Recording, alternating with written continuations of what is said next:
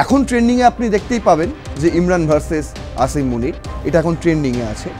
কিন্তু ইমরান খানের সঙ্গে আসিম মুনিরের যে এই ভার্সেস, এই যে দ্বন্দ্ব, এই প্রতিদ্বন্দ্বিতা, এটা কিন্তু আজ থেকে শুরু হয়নি।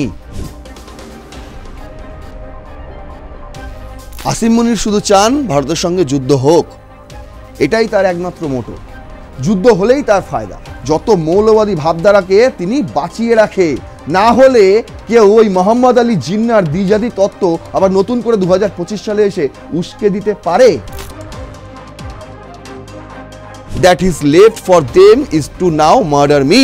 যখন তারা আমাকে মেরে ফেলতে পারবে তখনই তাদের একমাত্র শান্তি। কে বলছে এটা? ইমরান খান নিজে বলছেন। তিনি যখন আইএসআই এর প্রধান হন, তার আগেও আরো অনেক নাম ছিল, সেই নামগুলোকে বাদ দিয়ে তাকে করে দেওয়া হয়েছিল আইএসআই এর প্রধান। সে তাতে প্রশ্ন তোলা হয়েছিল। ইমরান খান নিজে সেই প্রশ্ন তুলেছিলেন। সেই প্রশ্ন ইমরান খান কেন তুলেছিলেন? তার তো বদলা নিতে হবে। সেই মহিলার নাম জারিনা, তার 2 সন্তানও রয়েছে। কিন্তু তিনি কেন আত্মঘাতী হতে গেলেন? তিনি আত্মঘাতী হননি, তিনি নিজেকে শহীদ করেছেন। একটা সুন্দর পাকিস্তান পাওয়ার জন্য তিনি এই আধা সামরিক বাহিনীর সদর দপ্তরে গিয়ে হামলা চালিয়েছেন।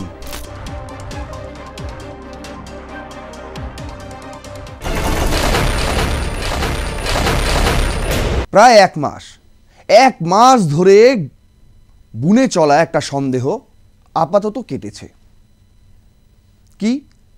কি সেই সন্দেহ? ইমরান খান তিনি কি বেঁচে আছেন? সেই বিষয় নিয়ে সেই প্রশ্নের উত্তর আপাতত পাওয়া গিয়েছে যে হ্যাঁ, তিনি বেঁচে আছেন, কিন্তু তিনি ভালো নেই। তিনি মানসিকভাবে নির্যাতনের শিকার। কেন তাকে মানসিকভাবে টর্চার করা হচ্ছে? তাকে তো একেবারেই, তাহলে তো সব বিষয় একদম খোলসা হয়ে যাবে, পথের কাটাও সরে যাবে আসিম মুনির, শেহবাজ শরীফদের, তাই না? কিন্তু কেন হচ্ছে না? কেন ইমরান খানকে প্রাণে মেরে ফেলতে পারছেন না আসিম মুনির এবং শেহবাজ শরীফ? এই প্রশ্নের উত্তর নিয়েই আজকে আপনাদের সামনে আমি হাজির হয়েছি।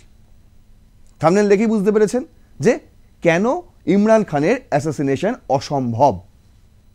চলুন তাহলে এই প্রশ্নের উত্তর খুঁজি। শুরু করছি রণক্ষেত্র। আপনাদের সঙ্গে রয়েছি আমি নারায়ণ। কিন্তু এই প্রশ্নের উত্তর খুঁজতে গেলে যেটা আপনাদের জানতে হবে যে ইমরান খান এবং আসিম মুনিরের দ্বন্দ্ব আজকের নয়। এখন ট্রেন্ডিংয়ে আপনি দেখতেই পাবেন যে ইমরান ভার্সেস আসিম মুনির, এটা এখন ট্রেন্ডিংয়ে আছে।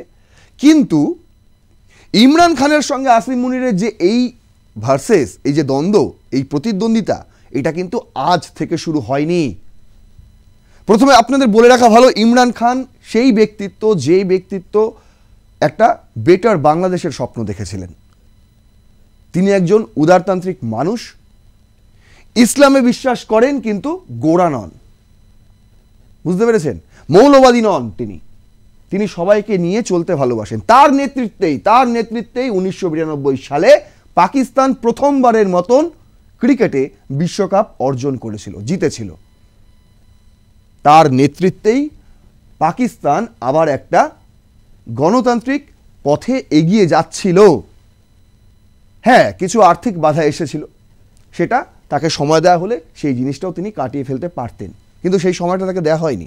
তার অনেক আগে থেকেই তার বিরুদ্ধে ষড়যন্ত্র শুরু হয়েছিল, আর সেই ষড়যন্ত্রের মাথা ছিলেন আসিম মুনির। কেন বলছি সেটাই আজকের এই এপিসোডে খোলসা করব। দেখুন, বলছে ইন্ডিয়া টুডে প্রথম যে খবরটা, আসিম মুনির ইয়র্নস ফর ইন্ডিয়া ওয়ার। আসিম মুনির কি চান? আসিম মুনির শুধু চান ভারতের সঙ্গে যুদ্ধ হোক, এটাই তার একমাত্র মোটো। যুদ্ধ হলেই তার ফায়দা। কিসের ফায়দা? আরে সর্বস্ব চলে যাক, জঙ্গি ঘাঁটি ভেঙে যাক, সেনা ক্যাম্প ভেঙে যাক, ভারত এসে অপারেশন সিন্দুর করে সব দুর্মুচ করে দিক, তাতে কোনো যায় আসে না। তার কি যায় আসে? তার নিজের ভাবমূর্তি মানুষের কাছে আরো স্পষ্ট করতে পারবে। কেন বলছি সেটা আস্তে আস্তে আপনারা বুঝতে পারবেন ভিডিওটা যত আমি গভীরে ঢুকবো। যাবেন না, পুরো ভিডিওটা দেখুন, তাহলে পুরোটা খোলসা হয়ে যাবে আপনার কাছেও। বলছে Imran Khan wants to be befriend BJP ex PM sister. আপনারা জানেন এক্স পিএম ইমরান খানের এক বোন তার সঙ্গে আদিয়ালা জেলে গিয়ে দেখা করে এসছেন। তিনি জানিয়েছেন যে হ্যাঁ, ইমরান খান বেঁচে আছেন ঠিকই, কিন্তু তার মানসিক অবস্থা ভালো নেই।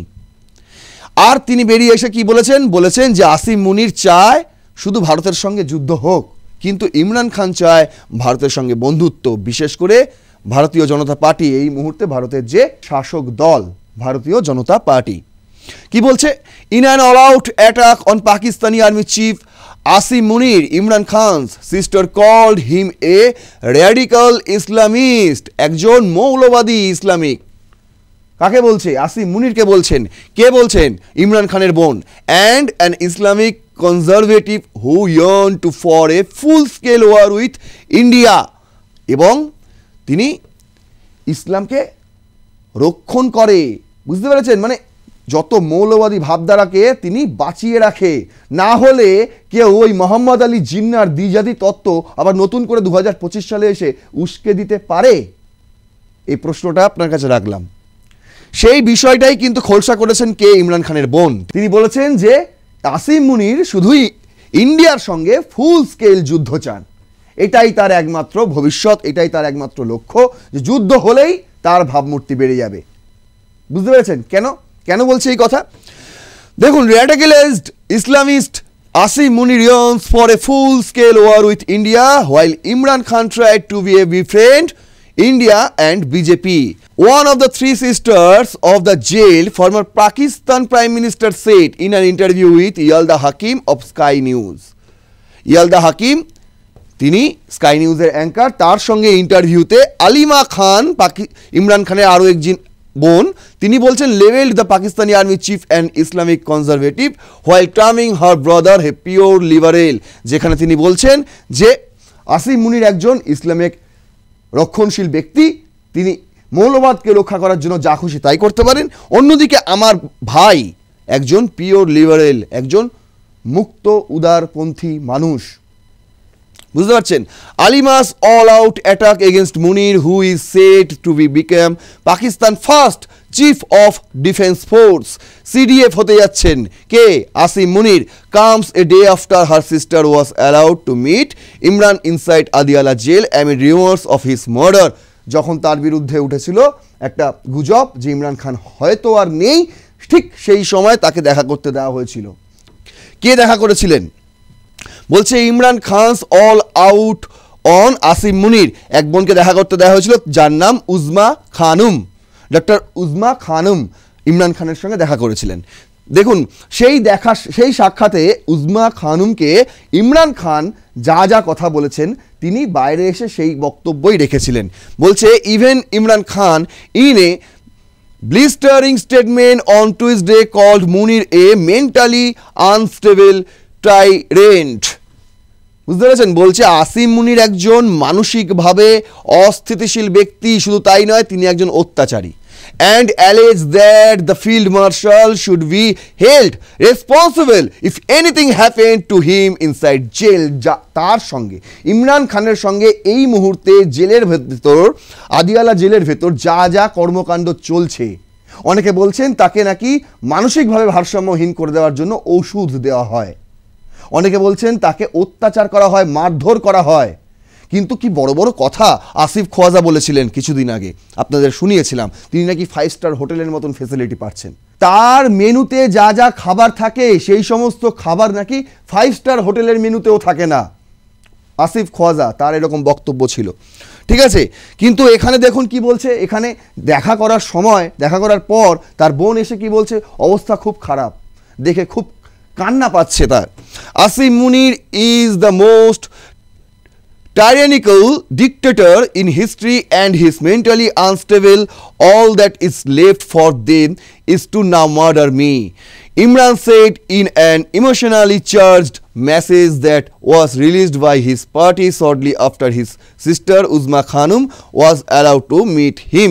Uzma Khanum তার সঙ্গে দেখা করার পর তিনি, তার যে দল পিটিআই, সেখান থেকে এটা বলা হয়েছে যে ইমরান খান বলেছেন উজমা খানুমকে যে আসিম মুনির হচ্ছে একজন মেন্টালি, মানসিকভাবে ভেঙে পড়া ব্যক্তি, অস্থিতিশীল ব্যক্তি, তার মাথার ঠিক নেই, কখন কি ডিসিশন নেয় তিনি নিজেও জানেন না। তিনি একমাত্র শান্ত হবেন কখন যখন তিনি আমাকে মেরে ফেলতে পারবেন। এই যে বলছে that is left for them is to now murder me, যখন তারা আমাকে মেরে ফেলতে পারবে তখনই তাদের একমাত্র শান্তি। কে বলছে এটা? ইমরান খান নিজে বলছেন। বুঝতে পেরেছেন? ইমরান খান নিজে বলছেন এই কথা। আসিম মুনিরের বিরুদ্ধে অভিযোগ করছেন আদিয়ালা জেলে বসে। কিন্তু ইমরান খানকে মেরে ফেলা কি অতই সহজ? অতই সহজ? আসিম মুনির নিজেও জানেন এই বিষয়টা। দেখুন বলছে দ্য গার্ডিয়ান, আসিম মুনির, ইমরান খানের কথা বললাম, এবার একটু আসিম মুনিরের পরিচয় দিই। গার্ডিয়ান বলছে এ কিং অ্যাবভ অল, এই মুহূর্তে পাকিস্তানে ঠিক তাই ইনি এখন বাদশাহ পাকিস্তানের। শেহবাজ শরীফকে ভুলে যান, গুলি মেরে দিন, ইনি হচ্ছেন এখন পাকিস্তানের বাদশাহ। বলছে the rise of Asim Munir, Pakistan increasingly powerful army chief. বুঝতে পেরেছেন? কিন্তু কেন? দেখুন এখানে তারা একটা বর্ণনা করেছে, বলছে known as Trump's favourite field marshal. ট্রাম্পের এখন বিশ্বের সর্বধর শক্তিশালী ব্যক্তি ডোনাল্ড ট্রাম্প, তার হচ্ছে ফেভারিট ফিল্ড মার্শাল কে? আসিম মুনির। অনেকে ব্যঙ্গ করে বলেন তিনি তো ফিল্ড মার্শাল নন। আমি একটা এপিসোড করেছিলাম, সেখানেই কমেন্ট এসেছিল যে দাদা আপনি কেন ওকে ফিল্ড মার্শাল বলছেন, পাকিস্তানে এরকম কোনো পদ নেই, ওনাকে আপনি ফিল্ড মার্শাল বলুন, ওটাই ওনার পদ। বলছে Munir's power now extend over all the arm force along with life long immunity from prosecution thanks to be a constitutional amendment. এমন একটা অ্যামেন্ডমেন্ট করেছে সংবিধানের যে তার বিরুদ্ধে কোনো রকম প্রসিকিউশন হবে না। বুঝতে পেরেছেন? তার বিরুদ্ধে কোনো মামলা রুজু করাই যাবে না, তিনি যা খুশি তাই করতে পারেন, সর্বা এরকম একটা ব্যাপার। To many observer this was Munir seizing his movement after an election in 2024 that was marred by documented allegations of rigging and bias. Pakistan ruling coalition government is widely seen as weak, unpopular and illegitimate, solely dependent on the backing of Munir, what Malik described as a military ventilator to stay in power. তিনি পাওয়ারে কিভাবে এসেছেন? এটা শুরু হয়েছে বলছে 2024 সাল থেকে। 2024 সালে যে ভোট হয় সেই সময় ভোটে যে রিগিং হয়, যা বায়েজ হয়, তার সঙ্গে ইনি অত্যন্তভাবে জড়িত ছিলেন। বুঝতে পেরেছেন? সেই সময় তিনি সেনাপ্রধান ছিলেন না, কিন্তু শেহবাজ শরীফকে প্রধানমন্ত্রী করার জন্য যা করার তিনি তাই করেছিলেন ঠিক সেই সময় 2024 সালে। কিন্তু এত কিছু করার পরেও ইমরান খানের যারা প্রার্থী ছিলেন, যারা স্বতন্ত্রভাবে লড়েছিলেন, ইন্ডিপেন্ডেন্ট ক্যান্ডিডেট হয়েছিলেন, তাদের সংখ্যাটা বেশি হয়ে গিয়েছিল শেহবাজ শরীফের পার্টির তুলনায়, পিএমএল এর তুলনায়। বলছে meanwhile Munir has been riding A wave of popularity after hostilities with neighbor and rival India broke out in May. আর এটা তো একটা তার উত্থান, যখন শেহবাজ শরীফকে তিনি জিতিয়ে দিয়েছিলেন ভোটে রিগিং করে, তারপর কি হয়েছিল? তারপর শেহবাজ শরীফ এসে তাকে সেনাপ্রধান বানিয়ে দিয়েছিলেন।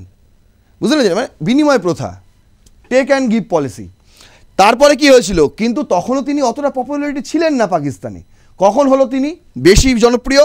যখন মেতে ইন্ডিয়ার সঙ্গে একটা যুদ্ধ পরিস্থিতি তৈরি হলো, ঠিক সেই সময় তিনি জনপ্রিয়তার শিখরে পৌঁছে গেলেন পাকিস্তানে। কেন বলছে দেখুন, বলছে which saw cross border drone and missile strike launched by both sides after Pakistan claimed to have shot down several Indian jets.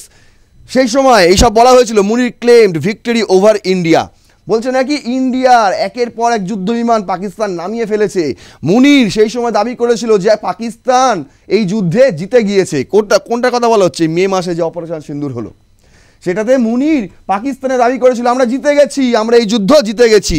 Prompting a wave and militaristic and Gymnastic forever to grieve the country. The India clashes were nothing short of godsend for Munir, said Malik. With the army chief prompt the post of 5-star general. আর এরপরেই তার উত্থান কে দেখে, এরপরেই তার 5-স্টার general হয়ে গেল, 5খানা star লেগে গেল, তারপরেই তিনি হয়ে গেলেন ফিল্ড মার্শাল। শেহবাজ শরীফ তাকে ফিল্ড মার্শাল করে দেওয়া হলো। শেহবাজ শরীফ আগে বলেছে, তারপর জারদারি প্রেসিডেন্ট যিনি আছেন পাকিস্তানের। বুঝতে পারছেন? এবার দেখুন, আপনাকে আরও সুন্দর করে বোঝাচ্ছি। এই একজন ইসলামিস্ট, একজন র্যাডিকালাইজড মানে মৌলবাদী, একজন ইসলামিক, তার পরিচয় আরও ভালো করে আপনাকে দিচ্ছি। বলছে আসিম মুনির সংক্ষিপ্ত জীবনী, সেনা কেরিয়ার। আসিম মুনির, তার পুরো নাম হচ্ছে সৈয়দ আসিম মুনির আহমেদ শাহ। তার কর্মজীবন শুরু হয়েছিল 1986 সালে। জন্ম থেকে গেলাম না, শুধু কর্মজীবনটা আপনাদের দেখাচ্ছি। তিনি ফ্রন্টিয়ার ফোর্স রেজিমেন্টে কমিশন পেয়েছিলেন। তারপর ক্যাডেট পরীক্ষায় তিনি সোর্ড অফ অনার পেয়েছিলেন, অর্থাৎ তার ব্যাচের মধ্যে তিনি শ্রেষ্ঠ ছিলেন। আমাদের ভারতে যেমন এনসিসি হয় না, সেরকম ওদের ওখানে এরকম একটা ক্যাডেট পরীক্ষা হয়, আগে ট্রেনিং দেওয়া হয়, তারপরে একটা পরীক্ষা নেওয়া হয়, সেখানে তিনি তার ব্যাচের মধ্যে শ্রেষ্ঠ হয়েছিলেন। শিক্ষা, তার শিক্ষা কি? পাকিস্তানের ন্যাশনাল ডিফেন্স ইউনিভার্সিটি NDU এর সঙ্গে পাশাপাশি জাপান, মালয়েশিয়ার মিলিটারি শিক্ষা প্রতিষ্ঠান থেকে পেশাগত এবং কমান্ড স্টাডি করেছেন। মানে এইসব দিকে তার একটা আগে থেকেই ঝোঁক ছিল, তাই এগুলো করেছেন তিনি। কী খবর? 2017 সালে তিনি পাকিস্তানের মিলিটারি ইন্টেলিজেন্স বিভাগের পরিচালক হন। শোনা যায় সেই সময়ও তিনি নাকি বিশাল ধনসম্পদ, জানেন তো, বিশাল পরিবারের একটা তিনি সন্তান। তার বাবা একজন ধর্মপ্রচারক ছিলেন, মৌলবী ছিলেন। বুঝতে পারছেন? সেই পরিবার, সম্ভ্রান্ত পরিবার, টাকার অভাব ছিল না। এই সব টাকা পয়সা দিয়ে তিনি অনেক পড়াশোনা করে এসছেন ডিফেন্স সংক্রান্ত। তিনি জানেন আমি পাকিস্তানে জন্মেছি, যদি আমাকে কিছু করতে হয় তাহলে আমাকে ডিফেন্সে যেতে হবে, কারণ পাকিস্তান চালায় ডিফেন্সের লোকেরা। তাই আমি ডিফেন্স সংক্রান্ত যাবতীয় পড়াশোনা করে আসলাম। এবার কোথায় ঢুকতে হবে? এবার দেশের ডিফেন্সে ঢুকতে হবে। কি করে ঢুকবো? পয়সা টয়সা প্রচুর আছে, দিয়ে দিলাম ঘুষ টুস দিয়ে। আমি একটা প্রথমেই মিলিটারি ইন্টেলিজেন্সের বিভাগের তিনি পরিচালক হয়ে যান। MI, বুঝতে পারছেন, ভারতেও রয়েছে এই ধরনের বিভাগ। 2018 সালের অক্টোবর তিনি হন ইন্টার সার্ভিস ইন্টেলিজেন্স ISI এর প্রধান। দেখুন, মাত্র 17 সাল, তারপরে 2018 সাল। তার কর্মজীবন শুরু হয়েছিল 86 সালে, তখন তিনি এমনি সেনা টেনা ছিলেন, ঠিক আছে। তারপর তার এক ব্যাচ বসতে শুরু করে। 2017 সালে প্রথম ব্যাচ, 2018 সালে দ্বিতীয় ব্যাচ মানে কি একদম টঙে, মানে পাকিস্তানে ISI হচ্ছে সর্বোচ্চ সংস্থা, গোয়েন্দা সংস্থা। ISI হচ্ছে পাকিস্তানের সর্বোচ্চ সংস্থা। ISI মিলিটারি চালায়, বুঝতে পারছেন, আর ওই মিলিটারি সরকার চালায়। তার মানে প্রথমে কে রইল? প্রথমে রইল ISI, তারপর আসে মিলিটারি, তারপর আসে সরকার, গভর্নমেন্ট। বুঝতে পারছেন? ভারতের মতন নয় যে গভর্নমেন্ট সব কিছু সিদ্ধান্ত নেয় আর এগুলো এক একটা সংস্থা, স্বাধীন সংস্থা, এরকম নয়। ওখানে হচ্ছে ISI গোটা দেশ চালায়, শুধু গোটা দেশ চালায় না, এখন বাংলাদেশও চালাচ্ছে ISI। এবার দেখুন, বলছে আর সেই ISI এর প্রধান হয়ে যায় 2018 সালে আসিম মুনির। যদিও তার কাজ কাঁচা ছিল, মাত্র 8 মাসের মাথায় তিনি 2019-এ পদচ্যুত হন। তিনি এতটাই ব্যর্থ হন ISI এর প্রধান হিসেবে, তাকে 2019 এক বছরও তাকে রাখা হয়নি, মাত্র 8 মাসের মাথাতেই তাকে বলেছে আপনি পদত্যাগ করুন বাবা, আপনার দ্বারা হবে না এসব। এবার দেখুন, বলছে পরবর্তী সময়ে গুজরানওয়াল কর্পস কন কমান্ডার হিসেবে দায়িত্ব পান এবং পরে GHQ-তে হেডকোয়ার্টার মাস্টার জেনারেল হন, মানে আরও নিচের পদে তিনি চলে আসেন। তখন কি হয়? সেনা প্রধান হিসেবে উত্থান ও ক্ষমতা কেন্দ্রিককরণ। যখন তিনি এরকম একটা ডিমোশন পান, তখন তার মনে জেদ আরও বেড়ে যায়। তখন থেকেই তিনি ভাবনা চিন্তা করতে শুরু করেন, স্বপ্ন দেখতে শুরু করেন, এই পাকিস্তানের প্রধান হয়ে দেখাবো একদিন। যদি সাধারণ মানুষ আমাকে চুজ না করে, আমি আমাকে নিজেকে চুজ করে নেব। সেই পথ তিনি তখন থেকেই খুঁজতে শুরু করেন। বলছে দেখুন, 24শে নভেম্বর 2022 তখনকার প্রধানমন্ত্রী শেহবাজ শরীফ সামরিক শীর্ষ কড়ি ছুঁড়ে আসিম মুনিরকে নতুন আর্মি চিফ ঘোষণা করেন। পরের দিন রাষ্ট্রপতিও অনুমোদন দেন। আগে ঘোষণা করেন কে? প্রধানমন্ত্রী, তার পরের দিন রাষ্ট্রপতি অনুমোদন দেন। আপনাদের আগের স্লাইডেই বললাম যে শেহবাজ শরীফকে প্রধানমন্ত্রী করার জন্য আসিম মুনিরের কি ভূমিকা ছিল? গিভ। আর তিনি প্রধানমন্ত্রী হওয়ার পর আসিম মুনিরকে সেনা প্রধান করার জন্য তার টেক পলিসি ছিল। বুঝতে পেরেছেন? এইবার বলছে এই নিয়োগটাই ছিল বিশেষ, কারণ মুনির হলেন প্রথম সেনা প্রধান যিনি MI এবং ISI এই দুটিতেই দায়িত্ব পালন করেছেন, অর্থাৎ গোয়েন্দা মিলিটারি অভিজ্ঞতা, যা তাকে অন্য অফিসারদের থেকে পৃথক করে তুলেছে। তখন থেকেই ছড়াতে শুরু করে দেওয়া হলো সরকারে এবং মিলিটারি ক্ষেত্রে যে আসিম মুনির হচ্ছে সেই ব্যক্তি, যেই ব্যক্তি MI-তেও কাজ করেছেন মিলিটারি ইন্টেলিজেন্স এবং ISI-তেও কাজ করেছেন এবং ISI এর প্রধান ছিলেন, কিন্তু এটা কাউকে বলা হয়নি। তাকে 8 মাসের মধ্যে পদচ্যুত করা হয়েছিল। বুঝতে পেরেছেন? কিন্তু তার নামে সুনাম ছড়াতে শুরু করে দিল। একদম সরাসরি সরকার, পাকিস্তান সরকার, শেহবাজ শরীফের নেতৃত্বাধীন পাকিস্তানের সরকার। এরপর থেকে কি হলো, বিশেষত 2023-2024 সাল জুড়ে সীমান্তে উত্তেজনা ছড়ালো, অভ্যন্তরীণ নিরাপত্তা চ্যালেঞ্জ বাড়লো এবং রাজনৈতিক অস্থিরতার মাঝে তিনি দৃঢ়তার সঙ্গে সিকিউরিটি ফার্স্ট নীতি নিয়ে কাজ শুরু করলেন। এবার আসিম মুনির যখন সেনাপ্রধান হয়ে গেলেন, সেনাপ্রধান, তখন তিনি কি চাল চাললেন, বলছে না এইভাবে তো কিছু করা যাবে না, পাকিস্তানবাসীদের আমার প্রতি আস্থা তৈরি করতে গেলে কি করতে হবে, সীমান্তে উত্তেজনা ছড়াতে হবে। সীমান্তে কিছু জঙ্গি ঘাঁটি তৈরি করে দেওয়া হলো রাতারাতি এবং তোতা পাখির মতন সাধারণ বাসিন্দাদেরকে বোঝানোর জন্য বলল যে ভারত যে কোনো মুহূর্তে আমাদের আক্রমণ করতে পারে, সেই জন্য আমরা কি করব, সিকিউরিটি ফার্স্ট এই নীতিটা গ্রহণ করব। আগে নিরাপত্তা, তারপর খাবো দাবো বাঁচবো পরের কথা। আগে নিরাপত্তা, দেশের নিরাপত্তাই হচ্ছে ফার্স্ট, খাদ্য বস্ত্র বাসস্থান এগুলো পরে, আগে হচ্ছে নিরাপত্তা। যদি বেঁচেই না থাকি তাহলে খাবো কি, খাবার পরে, আগে নিরাপত্তা। এই নীতিতে তিনি চলে গেলেন যে সিকিউরিটি ফার্স্ট, ফিল্ড মার্শাল পদ ও 27তম সংবিধান সংশোধনী, ক্ষমতার নতুন যাত্রা। এখানে বলে রাখি, এরপরে তিনি এইসব করার পরে কি করলো, তিনি উস্কানি দিলেন, তিনি জিন্নার দ্বিজাতি তত্ত্ব আবার নতুন করে উস্কে দিলেন একটা অস্থিরতা তৈরি করার জন্য। তারপর পেহেলগাম কাণ্ড, তারপরই অপারেশন সিঁদুর। আর অপারেশন সিঁদুর হয়ে যাওয়ার পর তিনি ওখানে রটিয়ে দিলেন যে ভারতীয় যুদ্ধ বিমান আমি নামিয়ে দিয়েছি, আমরা যুদ্ধ জিতে গেছি। আর তারপরেই তাকে শেহবাজ শরীফ 5 স্টার জেনারেল ফিল্ড মার্শাল করে দিলেন। এবার দেখুন, মে 2025 আসিম মুনিরকে পাকিস্তানের সর্বোচ্চ সেনা পদবি ফিল্ড মার্শাল র্যাঙ্কে উন্নীত করা হয়। তিনি পাকিস্তানের ইতিহাসে এই পদ লাভ করা মাত্র দ্বিতীয় ব্যক্তি। প্রথম ব্যক্তি ছিলেন আইয়ুব খান, এর আগেও ফিল্ড মার্শাল হয়েছিলেন আইয়ুব খান। আপনারা জানেন আইয়ুব খানের ইতিহাস। যদিও ওই পদ এক প্রকার সম্মানসূচক, তবে মুনির একই সঙ্গে আর্মি প্রধান হিসেবেও দায়িত্ব চালিয়ে যাচ্ছেন, অর্থাৎ নিয়োগকালে মোট ক্ষমতা ও সম্মান দুই বৃদ্ধি পেয়েছে। 2024 সালের নভেম্বরে পাকিস্তান সংসদে একটি আইন পাশ হয়। 2025 সালের নভেম্বরে সশস্ত্র বাহিনীর প্রধানদের মেয়াদ 3 বছরের পরিবর্তে 5 বছরের জন্য বাড়ানো হয়। এর ফলে মুনির নিয়োগ স্বয়ংক্রিয়ভাবে 2027 সাল পর্যন্ত স্থায়ী হয়ে যায়। তাহলে সংক্ষেপে কি দাঁড়ালো, বলছে মাত্র 3 বছরের মধ্যে গোয়েন্দা প্রধান থেকে শুরু করে আর্মি চিফ, এরপর ফিল্ড মার্শাল, তারপর সিডিএফ। বুঝতে পারছেন 3 বছরে তার উত্থান কত, মাত্র 3 বছরে তিনি আর্মি চিফ থেকে ফিল্ড মার্শাল থেকে তিনি এখন সিডিএফ। একদম মানে যেসব পদ ছিল না পাকিস্তানের ইতিহাসে কোনোদিন, সেই সমস্ত পদ তৈরি করে তিনি পাকিস্তানের মাথা হতে চায়।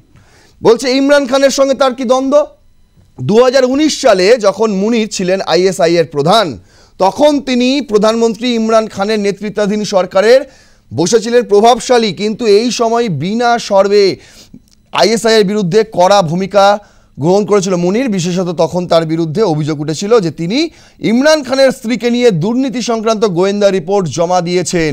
বুঝতে পেরেছেন একটা ইমরান খানের সঙ্গে তার দ্বন্দ্ব কতদিনের, বুঝতে পেরেছেন। প্রথমে তো তিনি ঘুষ টুস দিয়ে ঢুকেছিলেন এই যে মিলিটারি ইন্টেলিজেন্সে, যেটা ইমরান খান পছন্দ করতেন না। তিনি দুর্নীতিতে জড়াননি যতদিন রাজনীতি করেছেন, কিন্তু তার বিরুদ্ধে দুর্নীতির একাধিক অভিযোগ নিয়ে আসা হয়েছে। বুঝতে পেরেছেন, সবই কিন্তু উদ্দেশ্য প্রণোদিত। দুর্নীতি যেখানেই সেখানেই তিনি মাথা গলাতেন।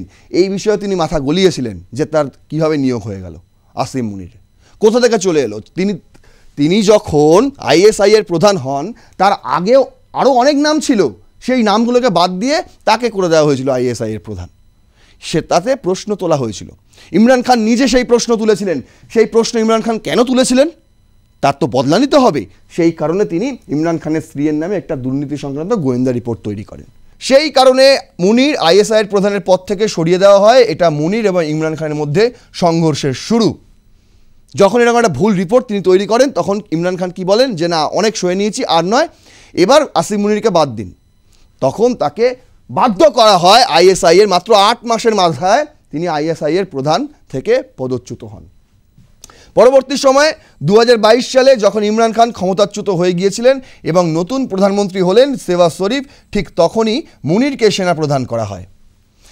শুনুন, এই যে এই টাইম স্প্যানটা ভালো করে বুঝুন। যখন তিনি আইএসআই এর প্রধান ছিলেন, সেখান থেকে তাকে পদচ্যুত করতে হয় 2019 সাল। 2019 থেকে 2022 এই যে টাইম স্প্যানটায়, এই টাইম স্প্যানটায় আসিম মুনির কিন্তু ভেবেই নিয়েছিলেন যেন তেন প্রকারে ইমরান খানকে গদিচ্যুত করতে হবে। তার একটাই মোটো এসে দাঁড়িয়েছিল, আমাকে যখন আইএসআই এর প্রধান থেকে সরিয়ে দেওয়া হলো তাহলে আমিও এর বদলা নেব। কিভাবে? ইমরান খানকে গদি থেকে সরিয়ে দেওয়া হবে। ইমরান খানের বিরুদ্ধে একের পর এক অভিযোগ আনতে থাকলো, তার বিরুদ্ধে সংসদে দাঁড়িয়ে অনাস্থা প্রস্তাব নিয়ে আসা হলো, তারপর তাকে প্রধানমন্ত্রীর পদ থেকে বসিয়ে দেওয়া হলো। কিছুদিনের মধ্যেই তার সংসদ পদও খারিজ করে দেওয়া হলো, আর তারও কিছুদিনের মধ্যেই তার বিরুদ্ধে একাধিক মামলা দায়ের করা হলো, আর বছর ঘুরতে না ঘুরতেই তাকে জেলবন্দি করে দেওয়া হলো। এখন কি ইমরান খানের কি অবস্থা বুঝতে পারছেন? প্রতিহিংসা মানুষকে কোথায় নিয়ে যেতে পারে, আর কিভাবে প্রতিহিংসা অন্য একটি মানুষের জীবন ছারখার করে দিতে পারে। বলছে এই নিয়োগ ছিল বিতর্কিত, কারণ ইমরান খান ও তার সমর্থকরা দাবি করেছিলেন সেনাপ্রধান হিসেবে মুনির মনোনয়ন ছিল সেনা আর রাজনৈতিক মনোনীতের দ্বৈরথ, আর এটি গণতান্ত্রিক নিয়মকে পেছনে ফেলে দেয়। যেই সময় তাকে সেনাপ্রধান করা হয়েছিল ঠিক সেই সময়েও তার উপরে আরও বেশ কয়েকটা নাম ছিল, সেই নামগুলোকে বাদ দিয়ে তাকে সরাসরি একদম লিফটে করে সেনাপ্রধান করে দেওয়া হয়েছিল, শেহবাজ শরীফ করেছিল। তারও প্রতিবাদ করেছিল ইমরান খানের দল পিটিআই। তারপর 2023-24 সালের সময়ের মধ্যে মুনিরের সমর্থনে সেনারূপে বিভিন্ন পদক্ষেপ ও সিদ্ধান্ত নেওয়া হয়। একই সঙ্গে ইমরান খান ও তার দল তেহরিক ইনসাফ বিরুদ্ধে আর্থিক, বিচারিক ও নিরাপত্তা ফোকাস নির্দেশিত করা হয়। মনে করেন এটি ছিল একটি পরিকল্পিত সাংগঠনিক শূন্যীকরণ, অর্থাৎ যারা সেনার বিরুদ্ধে ছিলেন তাদের বিরুদ্ধেই নানা রকম মামলা দিয়ে দেওয়া হচ্ছিল। বুঝতে পেরেছেন? পুরো গল্পটা বোঝাতে পারলাম যে দুজনের মধ্যে দ্বন্দ্বটা কেন, এবং প্রতিহিংসা, আসিম মুনির প্রতিহিংসায় ইমরান খানকে কোথা থেকে কোথায় নিয়ে এসে দাঁড় করিয়েছেন আজ। এবার দেখুন, বলছে ইমরান খান এবার সরাসরি তিনি বলেছেন যে আসিম মুনির পলিসি, এই যে আসিম মুনির যেভাবে দেশটাকে চালানোর চেষ্টা করছে, এই পলিসিটা হচ্ছে ডিস্ট্রাকটিভ ফর পাকিস্তান। পাকিস্তানকে একদিন এই আসিম মুনিরের পলিসি ভেঙে চুরমার করে দেবে। আর রয়েছেটা বাকি কি বা রয়েছে পাকিস্তানের? সবই তো শেষ, সবই তো চীন, আমেরিকা, তুরস্কের। পাকিস্তানের আর নিজস্ব আছেটা কি? সেখানে একটা স্কুল, সেই স্কুলও নাকি আমেরিকা বানিয়েছে। বুঝতে পারছেন? সেখানে যে রাজভবন, একটা রাজভবনও নাকি চায়না থেকে ফান্ড নিয়ে বানানো হয়েছে। মানে বুঝতে পারছেন কি অবস্থা এখন পাকিস্তানের? এমনি ভেঙে গেছে। আর আসিম মুনির বলছে, ইমরান খান বলছে আসিম মুনিরের এই পলিসি নিয়ে চলতে গেলে পাকিস্তান একদিন থাকবেই না। Imran Khan says no right left under army chief. এমন কোনো অধিকার নেই যেই অধিকার আর্মি চিফ বহন করে না। তার সর্বস্ব অধিকার রয়েছে, তিনি যা খুশি তাই করতে পারেন। একটা গণতান্ত্রিক দেশে এমনটা হতে পারে? আপনি বলুন তো, কমেন্টে লিখুন। বলছে accusing the army chief of imprisoning him and his wife on false charges. Imran said both were being subjected to the most severe mental torture. I have the same facilities that one has on death row. I was tortured by being confined in a cage and the treat worse than animals, he further said. Khawaja কি বলেছিলেন? তিনি 5 স্টারের মতন রয়েছেন, কিন্তু তিনি নিজে বলছেন যে তিনি আমার স্ত্রীর বিরুদ্ধে ফলস চার্জেস লাগাতেই ক্ষান্ত হননি, এরপর আমাকে জেলবন্দি করেছেন, এবং জেলে আমার অবস্থা এতটাই খারাপ যে বলার মতন নয়। সেখানে মোস্ট সিভিয়ার মেন্টাল টর্চার করা হয়। আর কি করা হয়? তাকে যেভাবে রেখেছে সেরকম একটা কোনো পশু, কোনো প্রাণীও থাকে না। এটা ইমরান খানের নিজের বক্তব্য। বলছেন calling Munir policies destructive for Pakistan, Imran limited due to him the cancer of terrorism in the country is out of control today. এই আসিম মুনিরের জন্যই যে পাকিস্তানের যে জঙ্গি কালচার, সেটাকে তিনি ক্যান্সারের সঙ্গে তুলনা করছেন, ক্যান্সার অফ টেররিজম। এইটা আরও মাথাচাড়া দিচ্ছে। কার জন্য? আসিম মুনিরের জন্য। সাধারণ মানুষকে যদি আপনি অবজ্ঞা করেন, সেই সাধারণ মানুষই একদিন প্রশাসনের বিরুদ্ধে এসে দাঁড়ায়, আর তখনই তাকে আপনি জঙ্গি বলে দাগিয়ে দেন। এটা কিন্তু আসল উপায় নয়, এটা হচ্ছে কি ক্যান্সার অফ টেররিজম। যদি পাকিস্তানকে জঙ্গি মুক্ত করতে হয় তাহলে অন্য উপায় খুঁজতে হবে, যেই উপায়ে ইমরান খান চলছিলেন। আর আসিম মুনির যে উপায়ে চলছে তাতে দিকে দিকে তিনি তো নিজে থেকে জঙ্গি তৈরি করেন। তিনি তো জঙ্গি ট্রেনিং করিয়ে এসছেন না, সেনাপ্রধান হয়েছেন, ফিল্ড মার্শাল হয়েছেন, এখন সিডিএফ হবেন। বলছে he added this person has sacrificed the country to terrorism for his personal interest. তিনি তার ব্যক্তিগত চাহিদার জন্য এই পাকিস্তানকে আরও জঙ্গিবাদের দিকে ঠেলে দিচ্ছেন আসিম মুনির। কে বলছেন? ইমরান খান নিজে বলছেন। কেন? দেখুন, যখন তিনি এই কথা বলছেন ঠিক সেই সময়ে BLA bomber targets Pakistan paramilitary headquarters, একটা আধা সামরিক সদর দফতরে পাকিস্তানি সেনার, সেখানে বিএলএর একজন বোম্বার তিনি আত্মঘাতী হন। যখন এই কথা বলছেন ইমরান খান, ঠিক সেই সময় একই ঘটনা, সেই ঘটনাই ঘটছে। বুঝতে পারছেন? দেখুন কি বলছে, যে at least 4 person including north Waziristan assistant commissioner and 2 policemen were killed when militants abused his vehicle in Pakistan northeastern province Khyber Pakhtunkhwa on December 2, police said. বুঝতে পেরেছেন? তিনি এই কথা বলেছেন আর এই ঘটনা ঘটেছে, তার মধ্যে বেশি ফারাক নেই। কিন্তু এই ঘটনার উদাহরণ কেন আমি দিচ্ছি, এই ঘটনাটা কিন্তু যতটা ছোট আমি রেখেছি ততটা ছোট নয়। এই ঘটনায় যে আত্মঘাতী হয়েছেন তিনি নিজে হননি, শুধু তিনি 2জন অ্যাসিস্ট্যান্ট কমিশনার, 2জন পুলিশম্যান থেকে এই 4 জনকে নিয়ে তিনি মরেছেন। আর কি করেছেন? তার পেছনে ছিল অনেক সশস্ত্র বাহিনী বিএলএর। তিনি যখন আত্মঘাতী হন সেই সময়ে সবাই ছারকার হয়ে যায়, এদিক ওদিক ছোটাছুটি শুরু করে, আর ঠিক সেই সময় সশস্ত্র বাহিনী ঢুকে যায় সদর দফতরে, আধা সামরিক বাহিনীর সদর দফতরে। বুঝতে পারছেন? সেই মহিলার নাম জারিনা, তার 2 সন্তানও রয়েছে। বুঝতে পারছেন? খুব সুন্দরী তিনি। কিন্তু তিনি কেন আত্মঘাতী হতে গেলেন? তিনি আত্মঘাতী হননি, তিনি নিজেকে শহীদ করেছেন। একটা সুন্দর পাকিস্তান পাওয়ার জন্য তিনি এই আধা সামরিক বাহিনীর সদর দফতরে গিয়ে হামলা চালিয়েছেন। এটাকে বিপ্লব বলে, জঙ্গি বলে না, কিন্তু আপনারা এটাকে জঙ্গি বলে দাগিয়ে দেন। বলছে a female bomber of the banned Balochistan liberation army BLA blew herself off at the entrance of headquarters of paramilitary force in Pakistan, respectively Balochistan province, triggered an prolonged gunfight in with 6 militants were killed, security officials said on Tuesday, December 2, 2025. যখন তিনি আত্মঘাতী হন, সবাই ছড়িয়ে ছিটিয়ে যায়, তার সঙ্গে 4 জন পুলিশম্যানও মারা যায়। ঠিক সেই সময় সশস্ত্র বাহিনী ঢুকে যায় একদম সদর দফতরের ভেতরে, তখন দুপক্ষের গুলিগলা হয়। সেই গুলিগলাতে 6 জন মিলিটেন্টসও নাকি মারা গেছে, এমনটাই দাবি পাকিস্তানের। বুঝতে পারছেন কিভাবে মাথাচাড়া দিচ্ছে এখন এই মুহূর্তে জঙ্গিবাদ পাকিস্তানে। এবার দেখুন ফাইনাল স্লাইডে আপনাদের বোঝাবো যে প্রশ্নটা আমি প্রথমে একদম শুরুতে করেছিলাম, যে কেন ইমরান খানের অ্যাসাসিনেশন কখনোই সম্ভব নয়। দ্য ডিপ্লোম্যাট করেছে, why the Pakistan army can't afford to eliminate Imran Khan. কেন পারবে না? কেন? কারণ অনেক বাধ্যবাধকতা আছে। বলছে আসিম মুনিরের উপলব্ধি, পাকিস্তানের সেনাপ্রধান আসিম মুনির তিনি নিজেও জানেন যদি রাষ্ট্র বা সেনা গোপনে ইমরান খানকে নিষ্পত্তি করার পথে যায় তবে সেটি হবে সম্পূর্ণ আত্মঘাতী সিদ্ধান্ত। বুঝতে পারছেন? যদি এই মুহূর্তে ইমরান খান আর না থাকে তাহলে কি হবে বুঝতে পারছেন গোটা পাকিস্তান জুড়ে। বলছে ইতিহাস থেকে যে শিক্ষা পেয়েছে, নেতাকে হত্যা করলে ঝড় থামে না, বরং আরও বেড়ে যায়। বলছে পারভেজ মুশারফের আমল 2006-এর আকবর বুক্তির হত্যাকাণ্ড, এই হত্যাকাণ্ড যদি না হতো আজকের দিনে দাঁড়িয়ে প্রতিদিন বিএলএর আক্রমণ এই হেডলাইন শুনতে হতো, দেখতে হতো? বলুন, ইনি ছিলেন বালুচদের নেতা আকবর বুগদি। তিনি লড়ে গিয়েছিলেন সারা জীবন যে বালুচিস্তানকে স্বাধীন করতে হবে এই পাকিস্তান, মৌলবাদী পাকিস্তানের কাছ থেকে। আর তাকে 2006 সালে সরকারিভাবে, রাষ্ট্রীয়ভাবে তাকে খুন করা হয়। আর তারপর কি হয়েছিল?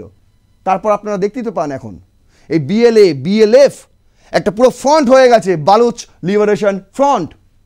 সেখানে একটা দুটো দল নেই, অনেকগুলো সংগঠন একসঙ্গে এসে কাজ করছে যাতে বালুচিস্তানকে আগামী দিনে স্বাধীন করা যায়, এই মৌলবাদী পাকিস্তানের হাত থেকে বাঁচানো যায়। এই যে আকবর মুগদির স্বপ্ন ছিল, সেই স্বপ্ন বাস্তবায়ন করতে তারা প্রতিদিন খেটে চলেছে, পথে নামছে। 2007-এর লাল মসজিদ অভিযান, সেখানেও কিন্তু ঝড় থামেনি, ঝড় বরং আরও বেড়ে গিয়েছিল।